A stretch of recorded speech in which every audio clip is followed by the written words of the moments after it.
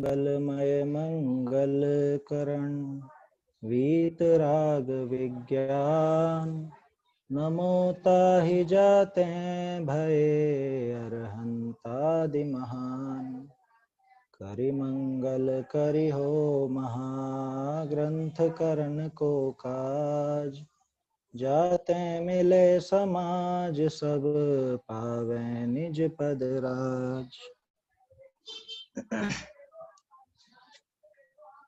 मोक्ष मार्ग प्रकाशक ग्रंथाधिराज पर अपनी चर्चा चल रही है। इसमें मूल हस्तलिखित पांडुलिपि जो कि टोडरमल जी के हाथों से लिखी गई थी, उस पांडुलिपि के आधार पर हम ये चर्चा कर रहे हैं। कल तक अपन ने पहले अधिकार में कुछ प्रकरण देखे थे। उन प्रकरणों में अपन ने देखा किस तरह से कुछ शब्दों से अर्थ बदल जाता है या उसका प्रभाव बदल जाता है और किस प्रकार से ये सारी की सारी शब्दों में भावों में अंतर पड़ जाता है। आज हम उसके आगे का प्रकरण देखते हैं। कल हमारी बात हुई थी कि जैन दर्शन में जो शास्त्र हैं उनमें मिलावट चल नहीं पाती। मिलावट होना असंभव तो नहीं है, क्योंकि कषाई जीव तो सभी जगह हो सकते हैं, लेकिन वो मिलावट चल नहीं पाती। असत्य रचना प्रतिषेध के बारे में इसमें बताया था, और जैन दर्शन में असत्य रचना आगे चल नहीं पाती है। ज्ञानी जीव उस मिलावट को पहचान लेते हैं, किस तरह से उस मिलावट को वो पकड़ते हैं वो भी बताया था उन्होंने, मोतियों का उदाहरण देकर के। वो उदाहरण अपन ने ग्रंथ के आधार से तो नहीं पढ़ा था, लेकिन उसका भाव समझ लिया था कि कोई सच्चे मोतियों में नकली मोती मिला देवे, लेकिन ज्ञानी तो वो झलक मिला लेता है। उस झलक से वो पकड़ लेता है कि ये सच्चा मोती है और ये झूठा मोती है, ये नकली मोती है। ये उसको पकड़ में आ जाता है। भोला जीव हो तो वो ठगा जाता है, लेकिन समय समय पर ऐसे ज्ञानी जीव भी होते रहते हैं, तो उनसे हमें ये पता चलता रहता है कि किस तरह से यहाँ पर कुछ गड़बड़ हो गई है, कुछ मिलावट हो गई है। मनीष जी भाई साहब, जय जिनेंद्र। चलिए आगे देखते हैं अपन। इसी प्रकरण को आगे देखेंगे। इसमें आगे वापस से वो प्रश्न करता है सामने वाला व्यक्ति कि कषायों से तो वो नहीं मिला है, जान करके मतलब कुछ उसको कोई ऐसी गड़बड़ हो जाए जिससे वो मिलावट हो जाए। ये समझ लीजिए कि उसने कषाय भाव पूर्वक तो नहीं मिलाया, लेकिन उसको वैसा ही ज्ञान हुआ था तो उसने वैसा लिख दिया। ये भी तो संभव है। कहने का अर्थ यह है कि किसी ने जानबूझ करके द्वेष बुद्धि पूर्वक तो कोई मिलावट नहीं की। जैसे उदाहरण के तौर पे मान लीजिए, मुझको शुरू से ये ज्ञान रहा कि सुमेरु पर्वत तो 10,000 योजन का है, वास्तव में 1,00,000 योजन का है, लेकिन मुझे यही मालूम रहा कि 10,000 योजन का है। मैंने यही सीखा, यही सुना, यही पढ़ा, और आगे मैं कोई पुस्तक लिखता हूं तो मैं उसमें उसको 10,000 योजन का लिख देता हूं। तो ऐसा भी तो संभव है ना। मैंने कषाय बुद्धि पूर्वक नहीं लिखा, मैंने यही पढ़ा था तो यही लिख दिया। ये भी तो संभावना है। देखते हैं अपन, इसी के अंदर अपना अगला सुधार भी छिपा हुआ है इस प्रकरण के आगे ही। यहाँ पे अपन देखते हैं पृष्ठ क्रमांक है 13। हस्त जो प्रकाशित प्रतियां हैं उसमें पृष्ठ क्रमांक 13 है, और हस्तलिखित प्रति में ये मेरे पास है 17वां पेज है, 16वां और 17वां। बहुरीव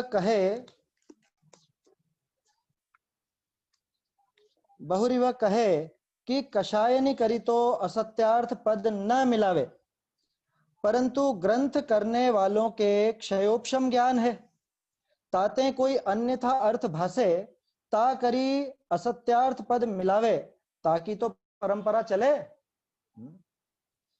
बहुत बढ़िया प्रश्न है कि भाई जान करके कषाय बुद्धि से तो नहीं मिलाया है ना, कषायों से तो असत्यार्थ पद नहीं मिलाया, लेकिन ग्रंथ करने वाला कोई केवल ज्ञानी तो है नहीं, सर्वज्ञ तो है नहीं। उनके क्षयोपशम ज्ञान है, और क्षयोपशम ज्ञान, मति ज्ञान, श्रुत ज्ञान, इनमें चूक होना संभव है। कोई चूक तो हो ही सकती है। ग्रंथ करने वालों के क्षयोपशम ज्ञान है, ताते कोई अन्यथा अर्थ भाषे। मान लो उनके ज्ञान में वैसा ही आया, उनको समझ में वैसा ही आया, तो संभावना है वहां पर वो कुछ ना कुछ गड़बड़ हो सकती है। असत्यार्थ पद गलती से मिलाने में आ गया, गलती से वैसा लिखने में आ गया, तब उसकी तो परंपरा चल जाएगी। आप कह रहे हो कि जैन दर्शन में, जैन शास्त्रों में असत्य पदों की परंपरा नहीं चल पाती, हो सकता है ऐसे चल पड़ी हो। अब चूंकि अपन भी उतने ज्ञानी नहीं है, तो हो सकता है कोई ऐसी परंपरा यानी शास्त्र अनुसार वैसी कुछ बात चल पड़ी हो जो उचित नहीं हो। वो केवल ज्ञानी तो जानते हैं, लेकिन हम क्षयोपशम ज्ञानी हैं, क्षयोपशम ज्ञान में चूक होना संभव है।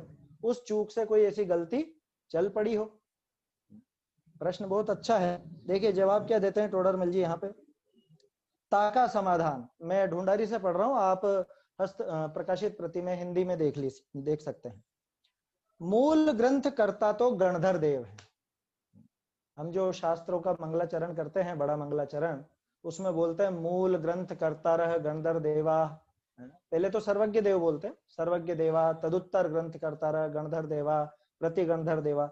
तो वास्तव में मूल ग्रंथ कर्ता तो गणधर देव हैं, क्योंकि जिनागम जो द्वादशांग है, ये द्वादशांग की रचना तो गणधर देवों ने ही की है। वो साक्षात समव शरण में उपस्थित होकर साक्षात केवल ज्ञानी भगवान के मुंह से वो दिव्य ध्वनि सुनकर के और वो उस जिनवाणी को गूंथते हैं। उसी संबंध में अपना एक संशोधन आने वाला है इसी पैराग्राफ में, ये अपन देखेंगे। मूल ग्रंथ कर्ता तो गणधर देव हैं, ते आप 4 ज्ञान के धारक हैं। वो स्वयं ही 4 ज्ञान के धारी हैं और साक्षात केवली का दिव्य ध्वनि उपदेश सुने हैं। ताका अतिशय करी सत्यार्थ ही भाषे है और ताही के अनुसार ही ग्रंथ बनावे है। सो उन ग्रंथनि विषय तो असत्यार्थ पद कैसे गूंथे जाए। और अन्य आचार्य अधिक ग्रंथ बनावे है, ते भी यथा योग्य सम्यक ज्ञान के धारक हैं। बहुरी ते तिनि मूल ग्रंथनि का परंपरा करी ग्रंथ बनावे है। बहुरी जिनि पदनि का आपको ज्ञान न होई, तिनि की तो आप रचना करे नहीं, और जिनि पदनि का ज्ञान होई, तिनको सम्यक ज्ञान प्रमाणते ठीक करी गूंथे है। यहां अपना संशोधन आएगा। जो ठीक गूंथते हैं लिखा है ना, यहां अब इसको देखेंगे अपन, ठीक का अर्थ क्या है। प्रमाणते ठीक करी गूंथे है। सो प्रथम तो ऐसी सावधानी विषय असत्यार्थ पद गूंथे जाए नहीं, और कदाचित आपको पूर्व ग्रंथनि के पदनि का अर्थ अन्यथा ही भाषे और अपने प्रमाणता में भी तैसे ही आए जाए, तो याका किछु सारा नहीं। परंतु ऐसे कोई को भाषे, सभी को तो न भाषे। ताते जिनको सत्यार्थ भाष्या होई, ते ताका निषेध करी परंपरा चलने देते नहीं। इस पैराग्राफ में ये दूसरा संशोधन है ना। मोक्ष जो टोडरमल स्मारक से छपा है, उसके अंदर चलते देते कि नहीं, चलने देते नहीं, ये वाला आ जाएगा। चलिए यहां तक देखते हैं अपन, है ना। मूल यहीं पे अपने को बात करनी है। ये पेज नंबर 13 पर आप लोगों ने देखा होगा प्रकाशित प्रति में। तो क्या कहा कि भाई साक्षात जो मूल ग्रंथ करता है, मतलब जिनवाणी के असली रचयिता, वो तो है हमारे गणधर देव। और चूंकि गणधर देव स्वयं 4 ज्ञान के धारी हैं, ऐसा नहीं है कि वो कोई हल्के फुल्के हो या कुछ कम ज्ञान वाले हों। क्षयोपशम ज्ञान तो है, वो तो पक्की बात की क्षय ज्ञान नहीं है, केवल ज्ञान नहीं है, लेकिन वो 4 ज्ञान के धारी हैं। 4 ज्ञान के धारी माने मति, श्रुत, अवधि, मन, पर्याय। और 4 ज्ञानधारी नियम से सम्यक ज्ञानी ही होते हैं, ये तो नियम है। मन पर्याय ज्ञान होता ही सम्यक दृष्टि जीव को है, मिथ्या दृष्टि को कभी मन पर्याय ज्ञान होता नहीं। और साथ ही साथ मन पर्याय ज्ञान और अवधि ज्ञान, ये चारों ज्ञान जो उनके हैं, तो ज्ञान संबंधी जो रिद्धियां हैं, वो रिद्धियां भी उनको प्राप्त होती है। तो इसलिए उनसे कोई चूक हो जावे, ऐसी तो संभावना बिल्कुल भी नहीं है। क्यों नहीं है? कि एक तो खुद का ज्ञान इतना ऊंचा, दूसरा साक्षात केवल ज्ञानी की उपस्थिति में, साक्षात केवली भगवान के समक्ष वो उपस्थित हैं, तो वहां संभावना बिल्कुल भी नहीं है गलती होने की। वहां तो कोई असत्य रचना मिलने में, लिखने में आ ही नहीं सकती। ठीक है, चलो आगे बढ़ते हैं। अब वहां पे उन्होंने द्वादशांग की रचना तो उन्होंने कर दी। उनके आधार से अब जो आचार्य आदि ग्रंथ बनाते हैं, वो आचार्य आदि भी यथा योग्य सम्यक ज्ञान के धारक हैं। पहली बात। माने पहला कारण असत्य रचना नहीं होने का कि वो स्वयं भी सम्यक ज्ञान के धारी हैं। बहुरीते तीन मूल ग्रंथनी का परंपरा करी ग्रंथ बनावे है, वो कोई मन से नहीं लिख देते। कुंद कुंद आचार्य ने समय सार लिख दिया तो कोई खुद के मन से एक अक्षर भी नहीं लिखा। इतिहासकार बताते हैं कि कुंद कुंद आचार्य को किसी अंग के किसी अंश का, किसी एक अंश का उनको ज्ञान था। जो 20-20 उसके प्राभृत होते हैं, एक एक अंग के और पूर्व के उनके प्राभृत अधिकार होते हैं, वस्तु अधिकार। तो ऐसे उनको किसी अंग के किसी वस्तु अधिकार का उनको ज्ञान था। उस आधार से कुंद कुंद आचार्य ने समय सार की रचना की। ये कषाय पहुड़ आदि ग्रंथ है, षट पहुड़ षट खंडागम आदि ग्रंथ है। तो ये सब भी किसी न किसी अंग के ज्ञान के धारी मुनिराज द्वारा ही बनाए गए हैं, जो उनको परंपरा से अनुक्रम से चला आया ज्ञान था उसी के अनुसार बनाया है। अब प्रश्न खड़ा होता है कि किसी किसी विषय में कुछ संदेह रहा हो, वो लिखने में आ गया हो, तो कि आचार्यों की इतनी मंद कषाय होती है कि उनको जिस विषय में ज्ञान नहीं हो वो लिखते ही नहीं। लिखा ना यहाँ पे साफ साफ, परंपरा करी ग्रंथ बनावे बहुरी जिन पदनी का आपको ज्ञान न होई, जिन पदों का स्वयं को ज्ञान न होई, तिनी की तो आप रचना करे नहीं। लिखते ही नहीं, उस संबंध में लिखते ही नहीं। आजकल के लेखकों की तरह नहीं कि मेरे ख्याल से ऐसा हो सकता है, मेरे विचार में ऐसा संभव है। भैया तेरे विचार कौन पूछ रहा है? केवल ज्ञानी ने जो बताया है वो आप बता सकते हो तो बताओ, है ना। मेरे विचार, आपके विचार कोई सुनने नहीं बैठा। और जो कोई ये कहता है कि मैं कुछ नई बात बता रहा हूं, झूठ कहता है, स्पष्ट झूठ। जिनागम में नई बात नाम की कोई बात नहीं होती। अगर नई है तो सच्ची नहीं होती। क्यों? कि अरे हमारे तीर्थंकर तक कुछ नया नहीं बताते। महावीर स्वामी ने क्या बताया? जो आदिनाथ जी ने बताया वही महावीर स्वामी ने बताया, उसमें भेद कैसे करोगे आप? तो कोई अगर ये कहे कि मेरा विचार तो ऐसा है, मैंने ऐसा, देखो प्रतिपादन नई तरह से हो सकता है, प्रतिपादन की शैली कुछ नई हो सकती है, लेकिन आप नई बात निकाल करके कुछ बताना चाहें, ऐसा नहीं होता, वो बात नहीं चल सकती। तो आचार्य देव इतने करुणावान और इतने समझदार, या यूं कहूं कि इतने सावधान कि भूल से भी हमसे जिनागम में कुछ गलत न लिखा जाए, इसलिए वो उसी विषय में लिखते हैं कि जिसका वो सम्यक ज्ञान से प्रमाण कर सके। एक बात। दूसरी बात, जो अपने पूर्व आचार्य परंपरा में यथावत रूप से वो सुनते हुए आए हैं, जो उन्होंने अपने गुरुओं से सीखा है, जो गणधर देव से सीखा है, गणधर देव से जो परिपाटी चली आई वो आचार्यों तक पहुंची, जो उन्होंने सीखा वो ही लिखते हैं। जिस चीज का ज्ञान हो उसी के बारे में लिखेंगे, जिसके बारे में उनको ज्ञान नहीं है उसके बारे में कल्पना नहीं करेंगे, जैसा कि बाद की शताब्दियों में हुआ। ये जो अपन 2000 वर्ष का इतिहास देखें तो शुरू के 1000 वर्ष तक तो एकाएक कोई ऐसी मिलावट नजर आती नहीं है। कहीं कहीं पे फिर भी कुछ हो जाए तो हो जाए, बाकी समझ लीजिए 90 या 95% तो मिलावट बिल्कुल नजर नहीं आती। लेकिन ये बाद के जो 1000 वर्ष हैं इनमें खूब मिलावट हुई। अब वो शोधकर्ता विद्वानों का विषय है, वो पूर्वाचार्यों की परंपरा से मिलान करके और उसको देख सकते हैं। कल भी अपन ने एक बात की थी, है ना। तो वो अगर पूर्व आचार्यों की परंपरा के अनुसार लिखा मिलता है तब तो स्वीकृत है।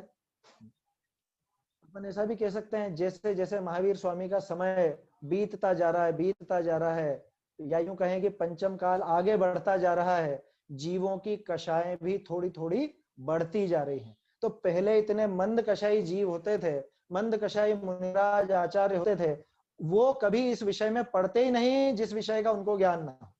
जितना उनको ज्ञान हो उसी के बारे में लिखते, जिसका ज्ञान ना हो उसके बारे में लिखते ही नहीं, चर्चा ही नहीं करते, छोड़ देते, नहीं लिखते। जरूरी नहीं है हर विषय में हर चीज लिखी जाए, मतलब हर व्यक्ति हर विषय को स्पर्श करता हुआ लिखे, ऐसा कोई अनिवार्य क्रम नहीं है, ऐसा कोई अनिवार्यता नहीं। लेकिन आजकल तो क्या, अब क्या कहें, आजकल के लेखक ऐसे हो गए हैं कि मैं तो हर विषय पे लिखना चाहता हूँ, मैं तो हर चीज पे बोलना चाहता हूँ, हर विषय पे लिखना चाहता हूँ, मैं कविता भी बनाना चाहता हूँ, नाटक भी बनाना चाहता हूँ, टीकाएं भी करना चाहता हूँ, सब कुछ करना चाहता हूँ। और न सिर्फ अध्यात्म पे, मैं तो सब पे लिखूंगा, मैं तो करना नियोग पे भी लिखूंगा, मैं भले मेरा उस पर अधिकार नहीं है। तो थोड़ा सा अपने भावों को टटोलना चाहिए, आचार्यों से प्रेरणा लेनी चाहिए। ये पैराग्राफ अपने को सीख देता है तो क्या कहा कि मूल रूप से तो ग्रंथकर्ता हमारे गणधर देव हैं, उन्हीं के आधार पर आचार्य भी ग्रंथ बनाते हैं। तो आचार्य भी सम्यक ज्ञान के धारी हैं। बिना सम्यक ज्ञान वाले तो कोई आचार्य हुए ही नहीं अपने। जो पुरानी परंपरा के थे, पिछली परंपरा में जो अपने हो चुके, मतलब कुंद कुंदाचार्य आदि की परंपरा में सभी ज्ञानी मुनिराज थे, सब सम्यक ज्ञान के धारी थे। और ते मूल ग्रंथनी की परंपरा करी ग्रंथ बनावे है। जिन पदनी का आपको ज्ञान न होई तिनकी तो आप रचना करे नहीं। ऐसे शब्दों की, ऐसे ग्रंथों, ऐसे विषयों के ऊपर वो रचना नहीं करते। और जिन पदनी का ज्ञान, अब देखिए, जिस विषय का ज्ञान नहीं था उसकी तो रचना नहीं करते, और जिन विषय का ज्ञान है उनके लिए आपको मूल में दिखाता हूं मैं। जिन पदनी का ज्ञान होई तिनको सम्यक ज्ञान प्रमाण ते ठीक करी। ये दिख रहा है इसमें आपको लिखा हुआ, ठीक करी, ठीक गूंथते हैं नहीं, ठीक करी गूंथते हैं, माने ठीक करके गूंथते हैं। अब ये ठीक शब्द का क्या अर्थ है? मैंने कल भी आपको कहा था, और लगभग लगभग रोज ये बात आएगी कि हर भाषा के कुछ प्रचलित विशेष शब्द होते हैं जिनका अर्थ उस भाषा के हिसाब से ही निकालना चाहिए। हम वैसा का वैसा ही अर्थ दूसरी भाषा में निकालने की कोशिश करेंगे तो गड़बड़ हो जाएगी। आप गुजरात में जाके मीठा बोलोगे तो आपकी क्या कहें, वो नमक डल जाएगा आपकी सब्जी में, या जिसमें भी आप मीठा डालना चाहते हैं। वहां मीठे का अर्थ नमक है तो वहां पे आपको उसी हिसाब से कहना पड़ेगा। और कोई गुजराती यहाँ आके मीठा मांगेगा तो उसको शक्कर ही मिलेगी। वो नमक डलवाना चाहता है और मीठू बोलेगा या मीठा बोलेगा, मीठा डाल दो इसमें, तो नमक नहीं मिलेगा, उसको शक्कर मिल जाएगी यहाँ पर आएगा तो। उसी तरह से ठीक करी, ठीक का अर्थ क्या? ठीक का अर्थ होता है निर्णय, है ना। ठीक शब्द का अर्थ है निर्णय पुरानी भाषा में। आपको ध्यान हो तो जैसे ठेका शब्द है ना, ठेका, कॉन्ट्रैक्ट, तो ये ठेका शब्द मूल में इस ठीक से ही बना है। ठीका हुआ करता था, ठीका, कि उससे ठीका किया, मैंने उससे निर्णय कर लिया, पक्का कर लिया कि हाँ भाई ये काम इसको करना है। ये इस व्यक्ति का कॉन्ट्रैक्ट, इस व्यक्ति से इस बात का, इस काम का कॉन्ट्रैक्ट कर लिया गया है, माने ठीक कर लिया गया है, ये निर्णित हो चुका है, निर्णय कर लिया गया है कि ये काम इस व्यक्ति के द्वारा संपन्न किया जाएगा। तो वो ठीका शब्द उस ठीक से ही बना है, वो निर्णय के लिए प्रयोग में आता है। आप कह सकते हो कि आपने ठीक का अर्थ निर्णय कैसे निकाला, कि पुरानी जो भाषा की डिक्शनरियां होती है ना, आप उसमें भी देख लीजिएगा, और टोडरमल जी के ये ठीक एक ही जगह नहीं है, बहुत सारी जगह मिलेगा। दूसरा मैं आपसे पूछता हूँ, यार ठीक करी गूंथे है, ठीक करके गूंथते हैं का आप अर्थ बता दो। अगर आप निर्णय अर्थ नहीं लेते, मैं आपसे पूछता हूँ ठीक करके का अर्थ आप बताइए मुझको। ठीक करके का क्या मतलब होता है? वो बिगड़े हुए थे क्या जो उनको ठीक करके गूंथेंगे? क्या है अपना वाक्य, क्या है? जिन पदनी का ज्ञान हो, जिन पदों का उनको ज्ञान हो, उनको सम्यक ज्ञान प्रमाण से ठीक करके गूंथते हैं। क्या मतलब?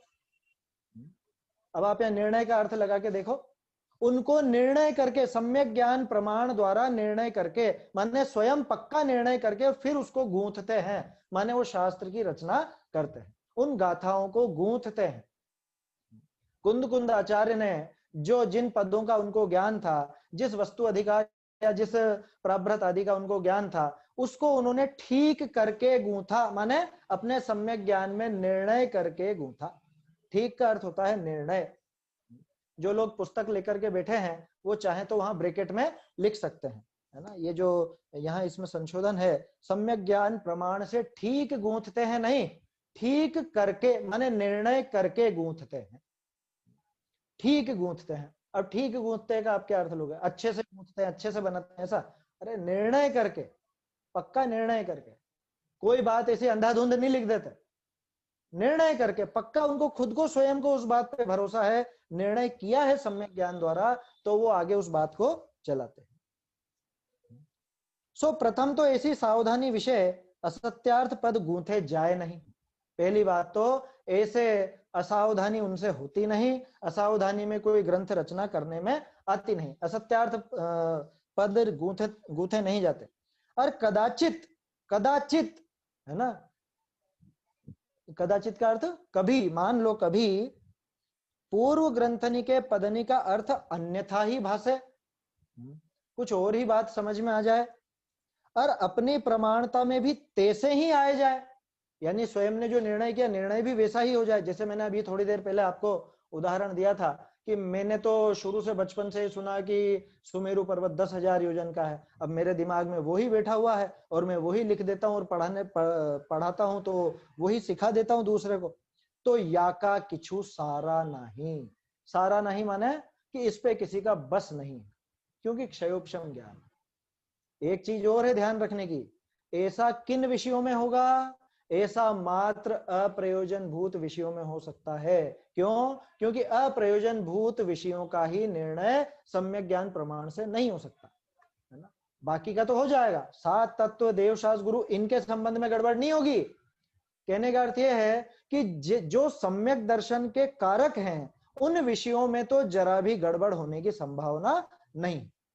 अब जो अप्रयोजन भूत चीजें हैं, जैसे 3 लोक का नाप है, सुमेरु आदि का, या ढाई द्वीप का, जम्बू द्वीप इत्यादि का, असंख्य द्वीप समुद्र का, इनसे संबंधित कोई ऐसी बात हो जो प्रयोजन भूत नहीं हो, उसमें कुछ ऐसा पढ़ने में आया और वैसा ही चल पड़ा।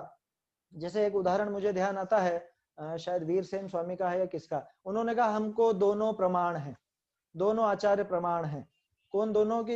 अब वो दो अलग अलग कथन कहीं पे उनको पढ़ने को मिले, अब उसमें वो क्या कहें, क्योंकि दोनों ही प्रामाणिक आचार्यों के कथन, कि हमको दोनों ही प्रमाण है। सिद्धांत गड़बड़ नहीं होना चाहिए, कुल मिला के बात ये। अगर सिद्धांत गड़बड़ हो, अगर वहां पर प्रयोजन भूत तत्वों में गड़बड़ हो तो दिक्कत है। लेकिन ये जो लिखा ना, अपने प्रमाणता में नहीं भाषे और वैसे ही आ जाए, तो इसमें तो कुछ सारा नहीं, ये है अप्रयोजन भूत बातों के लिए। परंतु ऐसे कोई को भाषे, सभी को तो ना भाषे भाई। किसी किसी के, जैसे मैंने वो 10,000 योजन का उदाहरण दिया, तो 10,000 योजन मुझे ही पढ़ने में आया, आप लोगों को तो पढ़ने में नहीं आया। तो जिनको सही सही मालूम पड़ा हो वो उसको सुधार देंगे, सबको तो ऐसा नहीं भाषित होता। ताते जिनको सत्यार्थ भाष्या होई ते ताका निषेध करी, परंपरा चलने देते नहीं। ये दूसरा सुधार कर लीजिए, चलते देते नहीं जो लिखा हुआ है आपके पैराग्राफ की आखिरी लाइन में वे उसको चलते देते नहीं, है ना। स्मारक से छपी हुई पुस्तकों में है, ये दोनों ही पुस्तकों में, सोनगढ़ वाली में भी है और स्मारक वाली में भी है। तो चलने देते नहीं भाई, एक आध से किसी से भूल हो सकती है उस विषय में, सबसे भूल हो ये तो जरूरी नहीं। तो जिनको वो यथार्थ भाषित हुआ है वो उस बात को आगे बढ़ने नहीं देते। तो ये यहाँ पे अपना बहुत सुंदर प्रकरण था।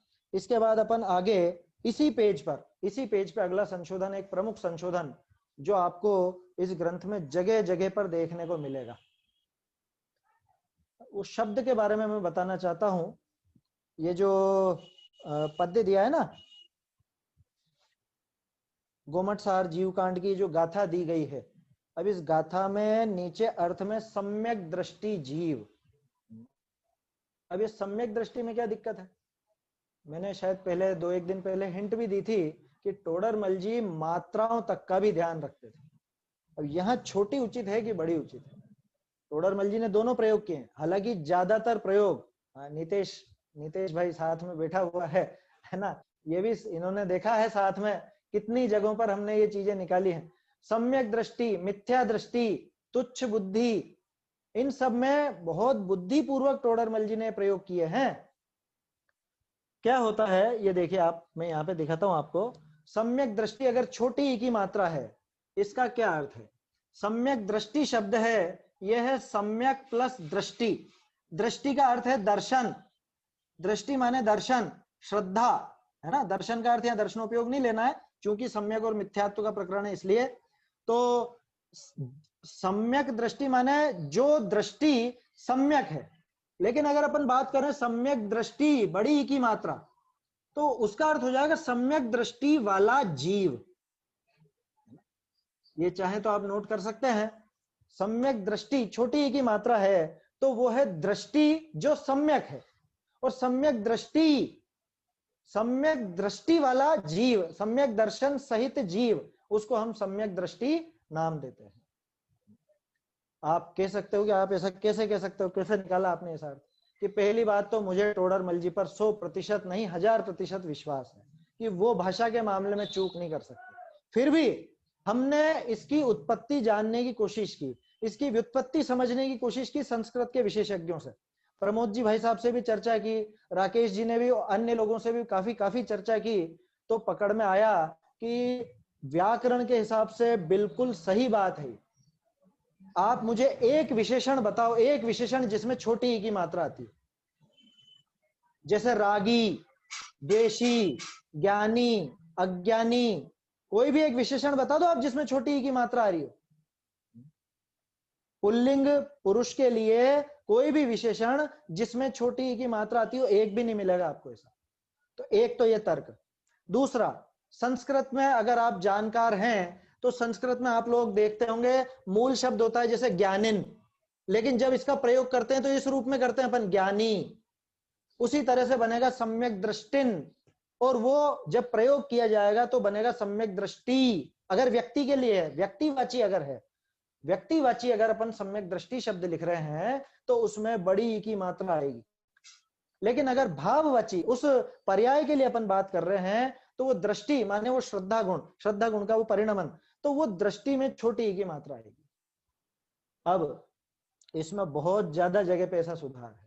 अभी जो नया प्रकाशन हुआ ना, उसमें राकेश जी भाई साहब को भी बहुत समस्या आई। कारण ये कि अब प्रचलन में आ चुका है, ये इतना ज्यादा प्रचलन में आ गया कि किसी को आप बड़ी की मात्रा लगा दोगे तो वो उसको गलत समझ लेगा। इतना ज्यादा प्रचलन में। अब आप लौकिक साहित्य में भी ये शब्द नहीं पकड़ सकते, क्यों? क्योंकि सम्यक दृष्टि और मिथ्या दृष्टि ज्यादातर अपने जैनियों में मिलता है शब्द, अन्य साहित्य में आपको ये शब्द मिलेगा नहीं, तो आप इसकी प्रमाणता कैसे करोगे? फिर भी मैं संतुष्ट नहीं हुआ। मैंने मोक्ष मार्ग प्रकाशक को छोड़ के अन्य ग्रंथों की पांडुलिपियां भी देखी, तो पुराने जो हस्तलिखित ग्रंथ लिखने वाले लोग थे वो इन बातों का ध्यान रखते थे। उन्होंने ये प्रयोग किए छोटी मात्रा और बड़ी मात्रा के। माने कहने का अर्थ ये है कि पता नहीं कैसे अपन लोगों में ये प्रवृत्ति आ गई, अपन छोटी छोटी छोटी मात्रा का प्रयोग करने लगे कि ठीक है साहब सब जगह फिर बड़ी कर दें, कि नहीं, सब जगह बड़ी भी नहीं होगी। जिस जगह छोटी आनी है उस जगह छोटी ही आएगी, और जिस जगह बड़ी आनी है उस जगह बड़ी आएगी। दोनों शब्द हैं, दोनों शब्द अलग अलग अर्थ वाले हैं। ऐसा नहीं है कि एक ही शब्द सही है।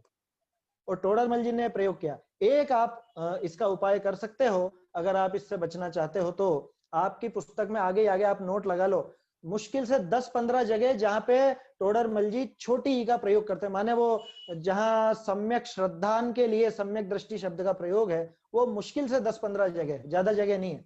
और अधिकांश जगह तो बड़ी ई यानी सम्यक दृष्टि या मिथ्या दृष्टि, दोनों शब्द साथ में लेकर के चलना आप लोग। मिथ्या दृष्टि या सम्यक दृष्टि, ये बड़ी की मात्रा का ही प्रयोग अधिकांश किया गया है। अब इसका थोड़ा सा मैं आपको इतिहास बताना चाहता हूँ, ये हमको पकड़ में कैसे आया। आप सीधे सीधे पढ़ो तो ध्यान नहीं जाएगा, क्योंकि मात्राओं पे कहाँ इतना ध्यान जा पाता है। ये हमको पकड़ में तब आया जब टोडरमल जी ने स्वयं, जैसे मैं आपको इसमें दिखाता हूं हस्तलिखित प्रति में,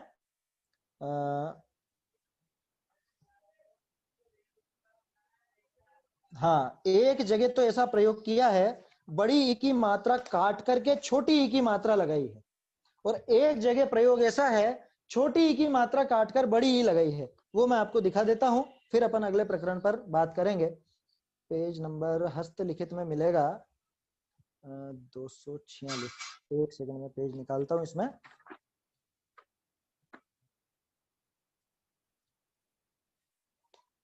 ये बात मैं आपको ये जो बार बार दिखाता हूं ना, इसलिए ताकि प्रमाणता बनी रहे, मैं मेरे मन से कुछ भी आपको नहीं बता रहा हूं।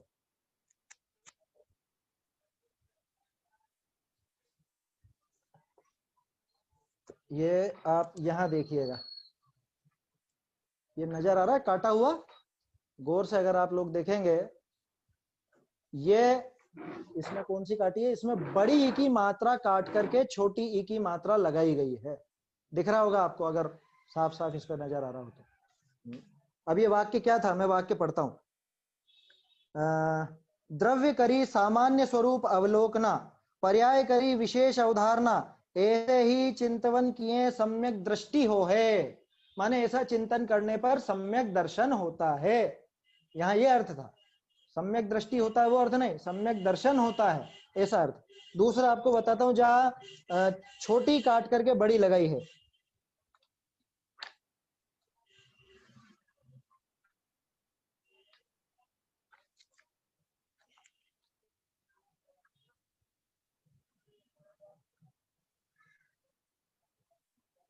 429। ये देखिए यहाँ पे आपको ये टोडरमल जी की काटने की स्टाइल भी दिखाता हूं मैं आपको, किस तरह से वो काटा करते थे। उसमें नीचे आपको क्रॉस जैसा हल्का सा नजर आएगा, ये नजर आ रहा है यहाँ, मेरी उंगली की तरफ आप देखिए, मैं नहीं देख पा रहा हूं।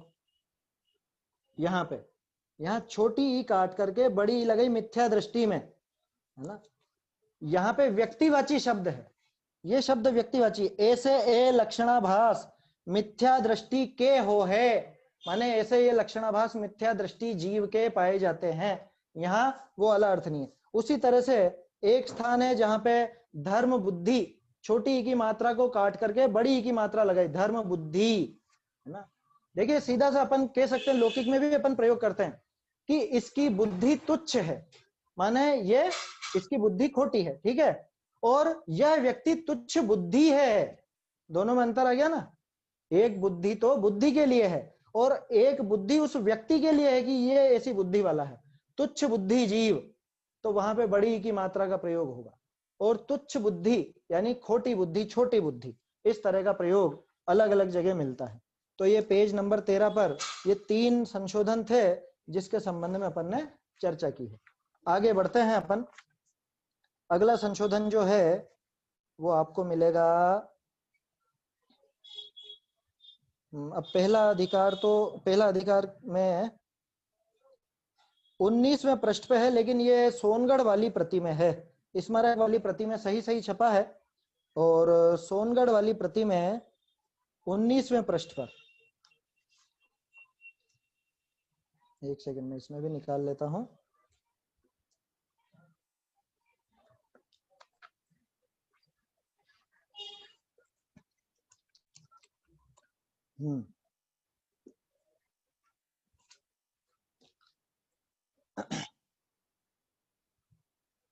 ये प्रकरण ये है कि सामने वाला प्रश्न कर रहा है, आपका ये ग्रंथ मोक्ष मार्ग प्रकाशक कैसे है, मोक्ष मार्ग के प्रकाश कैसे करेगा ये, सामने वाले जीव में वो योग्यता ही नहीं हो तो क्या। उदाहरण देते हैं, पुनश्च जिस प्रकार सूर्य तथा सर्व दीपक हैं, ये पेज नंबर 19 पर, ये बीच में है ये पैराग्राफ, लेकिन सोनगढ़ वाली प्रति में है संशोधन। फिर भी अपन तो पढ़ लेते हैं, जहां जिनके पास वो पुस्तक होगी वो संशोधन कर लेंगे। जिस प्रकार सूर्य तथा सर्व दीपक हैं मैं ढूंढारी से ही पढ़ता हूं ताकि आपको आनंद आएगा।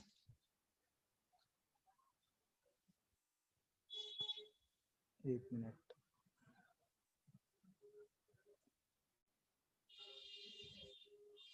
हाँ, बहुरी जैसे सूर्य व सर्व दीपक हैं ते मार्ग को एक रूप ही प्रकाश है। सूर्य बड़े ग्रंथ और दीपक ये छोटा, जो मोक्ष प्रकाशक के लिए कह रहे हैं वो।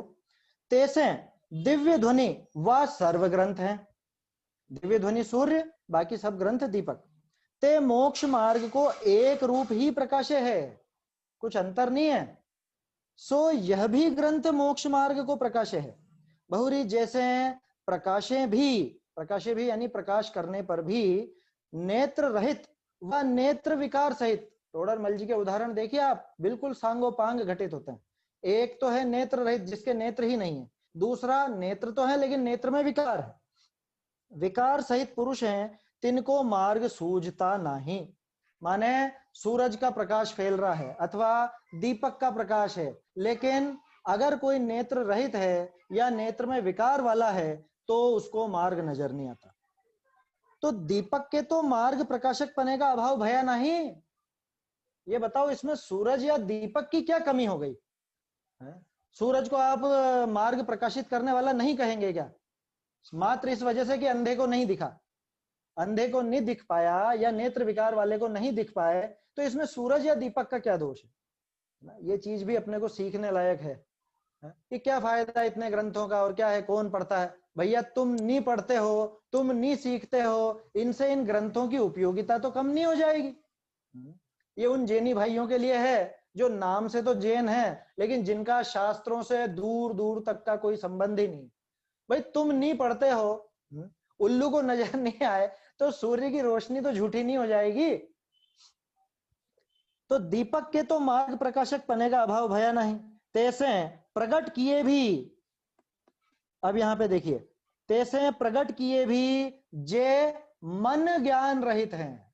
सोनगढ़ वाली प्रति में है जे जो मनुष्य ज्ञान रहित है, मन ज्ञान की जगह मनुष्य हो गया वहां पर। मेरे ख्याल से स्मारक की प्रति में तो सही है, स्मारक से जो प्रति निकली है उसी प्रकार प्रकट करने पर भी जो मन ज्ञान रहित है ना।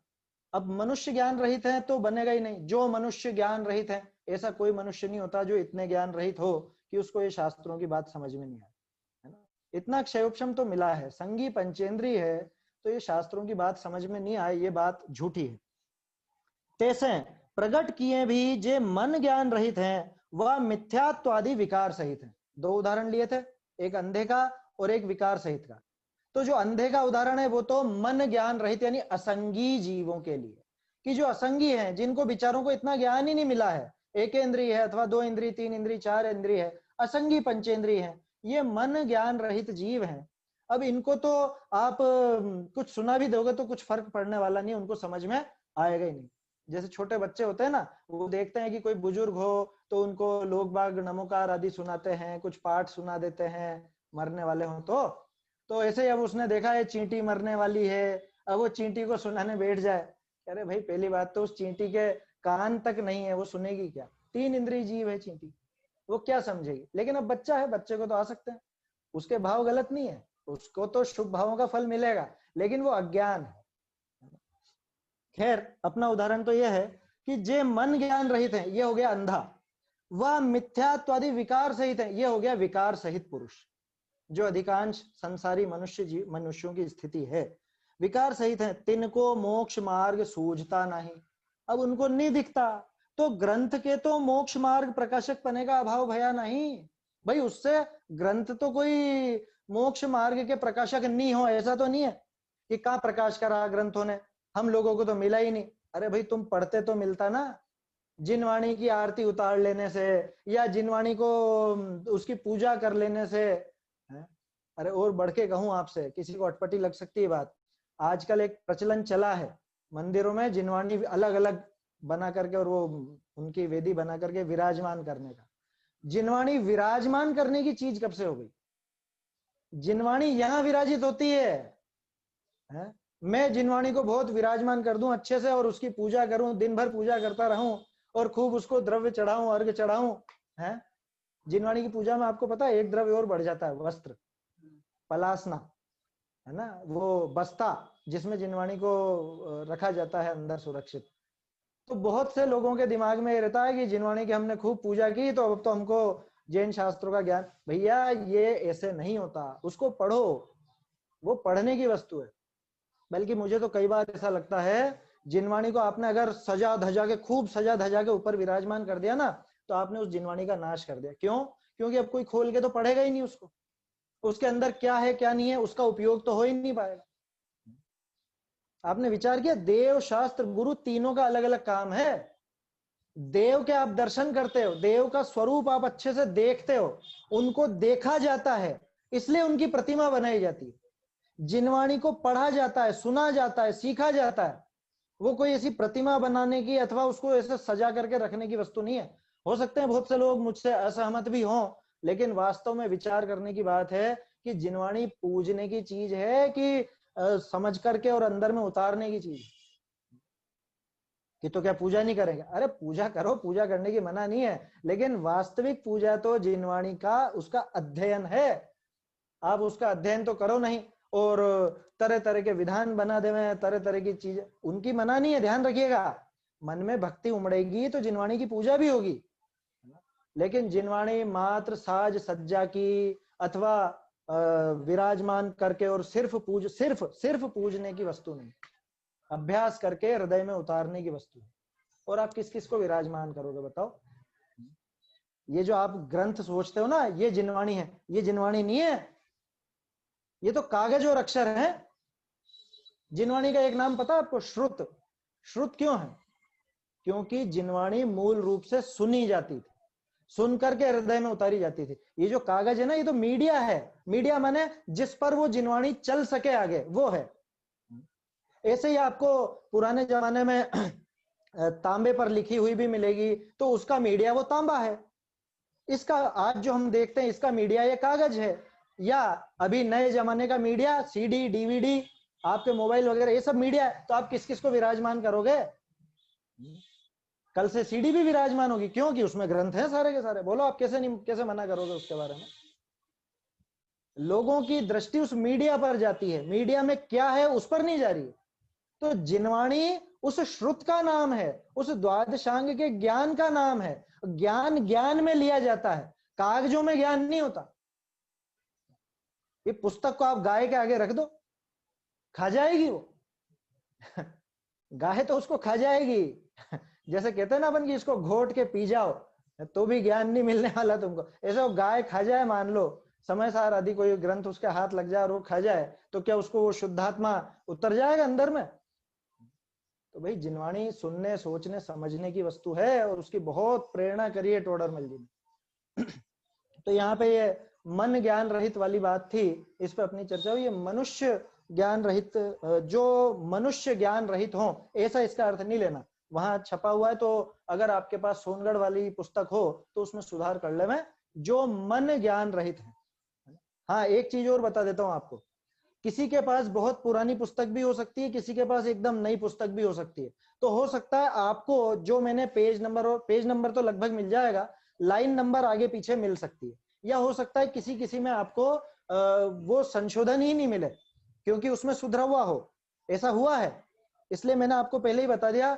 स्मारक से छपी हुई तो हमने प्रति ली है सन 2000, एक सेकंड, सन 2014 में छपी हुई, और सोनगढ़ से जो 2010 में छपी है वो प्रति ली है।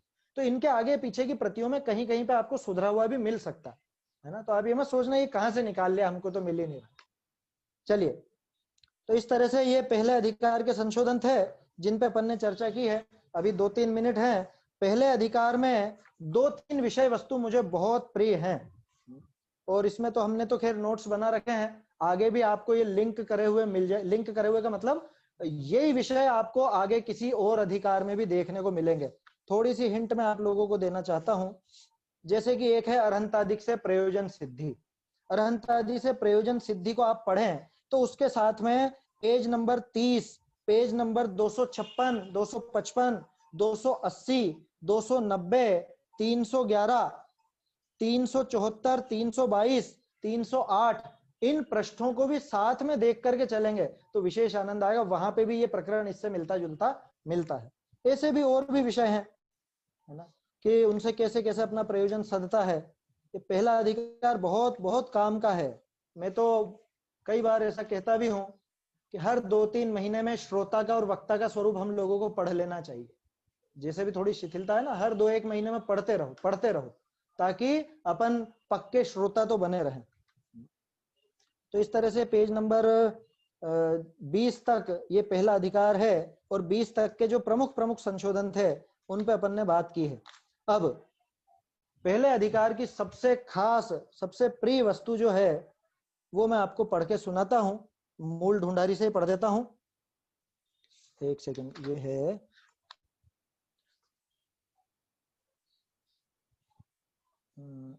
हाँ, बिल्कुल आखिर में जहां पे प्रवचन सार जी का उद्धरण टोडरमल जी ने लिया है पहले अधिकार के अंत में, हमारा कर्तव्य क्या है, हमारा मुख्य कर्तव्य क्या, हम लोगों का कर्तव्य क्या। टोडरमल जी जगह जगह प्रेरणा देते हैं। देखिए मैं पढ़ता हूं, बहुरी प्रवचन सार विषय भी मिल गया आपको, आखिरी पैराग्राफ है।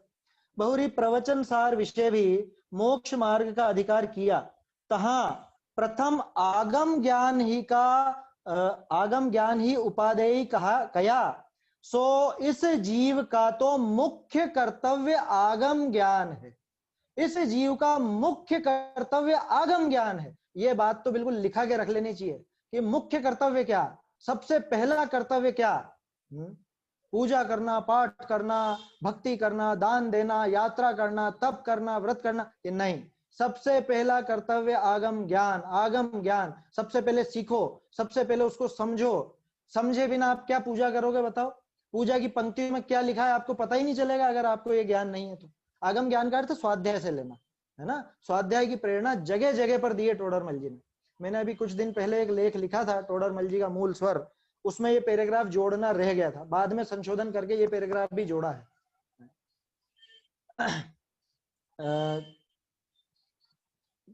क्या कहा, मुख्य कर्तव्य, इस जीव का तो मुख्य कर्तव्य आगम ज्ञान है, या को होते हैं तत्वनिका श्रद्धान हो है।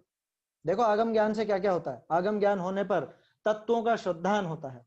तत्वनिका श्रद्धान भय संयम भाव हो है, लो सारी चीजें आती जा रही है धीरे धीरे। तत्वों का श्रद्धान होगा तो संयम भाव भी होगा, क्यों, क्योंकि आश्रय और बंध का जब श्रद्धान होगा तो उनको तोड़ने का उपाय करेगा, उनके तोड़ने के क्रम में संयम अपने आप आएगा ही आएगा। और क्या होगा, अर्तिस आगमते आत्मज्ञान की भी प्राप्ति हो है। एक जीव ऐसा बता दो कि बिना इस आगम ज्ञान के जिसने आत्मज्ञान प्राप्त कर लिया, बिना आगम ज्ञान के माने बिना शास्त्राभ्यास के, बिना शास्त्र की बात सुने आज तक एक भी जीव ऐसा बता दो, प्रत्यक्ष भले सामने नहीं किया हो तो पहले किसी भाव में किया होगा, है ना। वहां पे वर्णन किया ना आचार्य ने निसर्गज और अधिगमज में, कि निसर्गज भी वास्तव में तो अधिगमज ही है, क्योंकि पिछला उसको कभी ना कभी तो उपदेश मिला ही है। एक जीव नहीं मिलेगा ऐसा, बिना पूजा करे, बिना पाठ करे, बिना व्रत करे, बिना तप करे, बिना यात्रा आदि करे, बिना दान दिए तो आत्मज्ञान की प्राप्ति संभव है, लेकिन बिना आगम ज्ञान के, बिना स्वाध्याय के आत्मज्ञान असंभव है, बिल्कुल असंभव। तब सहज ही मोक्ष की प्राप्ति हो है। आखिर में मोक्ष तक पहुंचा दिया इस आगम ज्ञान से। बहुरी धर्म के अनेक अंग हैं, तीन विषय एक ध्यान बिना याते ऊंचा और धर्म का अंग नहीं। सबसे ऊंचा तो ध्यान है, क्योंकि उसमें आत्मलीनता होती है। अब आत्मलीनता को छोड़ दो तो इससे ऊपर कोई सा भी अंग नहीं है, कोई सा भी अंग नहीं है। ताते हैं जिस तिस प्रकार आगम अभ्यास करना योग्य है, इसलिए जिस तिस प्रकार जैसे बने तैसे, ये प्रेरणा टोडरमल जी ने उनके हर ग्रंथ में दी है। मैंने मेरे लेख में खूब उल्लेख किया इस बात का, सम्यक ज्ञान चंद्रिका की पीठिका में, त्रिलोक सार में, आत्मानुशासन में, पुरुषार्थ सिद्धि उपाय की टीका में, जितने भी ग्रंथ टोडरमल जी ने लिखे हैं, रहस्यपूर्ण चिट्ठी में भी, हर जगह आपको ये शास्त्र स्वाध्याय की प्रेरणा मिलेगी। गद्य में भी और पद्य में भी, टोडरमल जी के पद्यों में भी मिलेगी, है ना। समय अपना हो गया है, एक चीज और इसमें बता देता हूँ, ये जो आगम ज्ञान वाला पैराग्राफ है, अगर आप इसी से जुड़ते हुए विषय देखना चाहते हो, मैं पेज नंबर बोल रहा हूं, आप चाहे तो नोट कर सकते हैं।